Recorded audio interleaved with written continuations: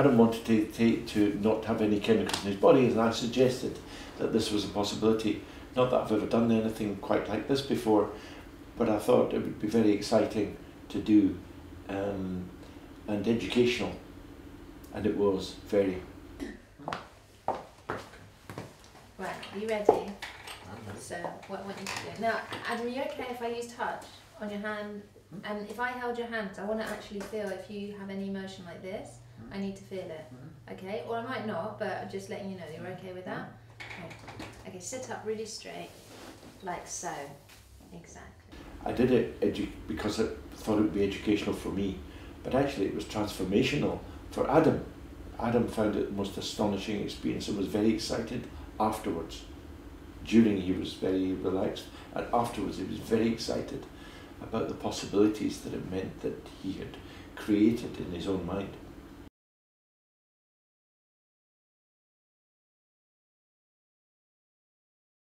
Become more and more relaxed. Good. Relax down through the eye muscles. Let the tiny muscles in and around your eyes become more and more tightly shut. So you feel as though they're looking tightly shut. The top lid's sealed against the bottom. So now even if you try to open them, you find them locking tighter shut. You can even give them a try and find them just tighter and tighter shut. That's right. I thought it was brave in the first instance of Adam. I thought it was very brave and very trusting. I was very flattered. It was very trusting. For me, yeah, I was very nervous about the whole thing, because if it didn't work, then that would have been extraordinarily unpleasant, because taking out wisdom teeth is an extraordinarily unpleasant experience when you are numb. Can you just let me take the weight completely? I think there was probably a bit of denial. I started to get a little apprehensive, but to be honest, when Sharon was there and Sharon was talking to me and Richard were talking to me, I'd say the apprehension was a sort of 1 out of 10. It was tiny, because I did feel very relaxed, you know, and it went very well. First of all, I was totally focused on Adam, because when I went to take the first wisdom tooth out, I was just terrified as I did something to his tooth and to his gum, and I half expected him to leap out of the chair. But when I first did that, then I needed to become aware of Anna and Sharon, because there needed to be a very strong communication among us, because all three of us were equally important.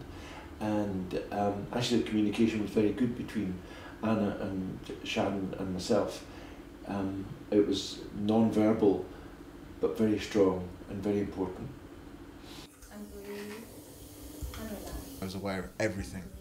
Absolutely everything. Yeah. Just let your body be in the hands of the dentist. When you take yourself off into your own thoughts, I became aware of other parts of my body. relax, you're doing so well, and breathe.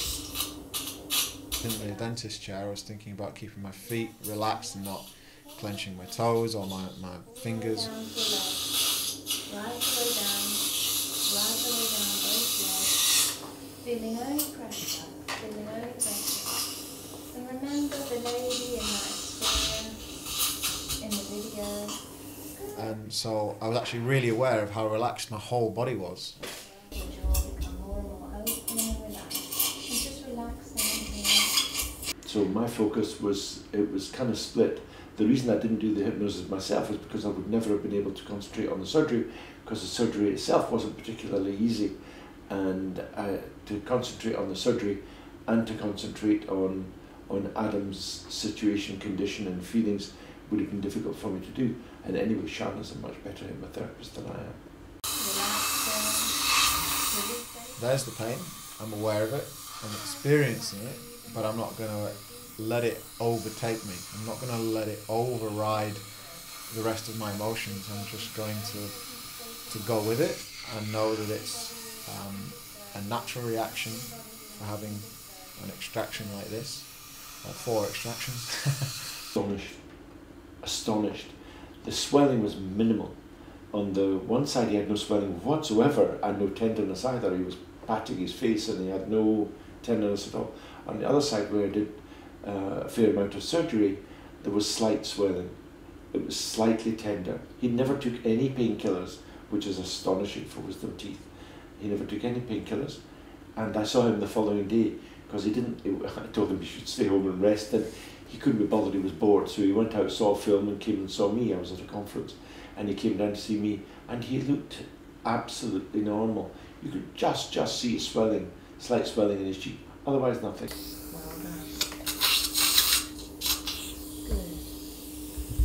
You're creating a wonderful natural numbness in your voice. Was really aware that the power of the mind had allowed me to have 4 teeth removed.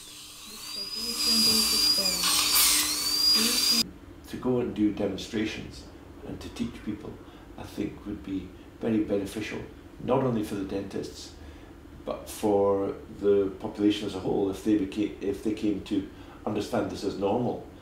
It also, doing hypnosis or treating people with hypnosis teaches the dentist how to speak, because they start to use more positive language. They don't say, this isn't going to hurt, which is negative language. This is going to be comfortable, you'll feel better, you feel fine, you're comfortable, everything will heal quickly. And the voice gets softer when you deal with hypnosis. And I found, I did hypnosis many years ago, and my voice got softer, it changed in quality. And so I treat people these days, they often fall asleep just because of the tone of my voice.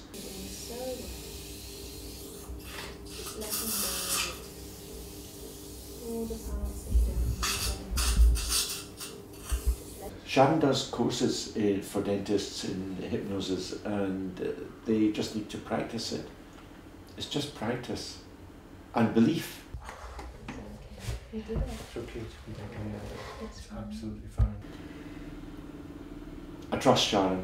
Sharon is the best hypnotherapist I've ever met, and if I was going to do something complex, I would only use Sharon.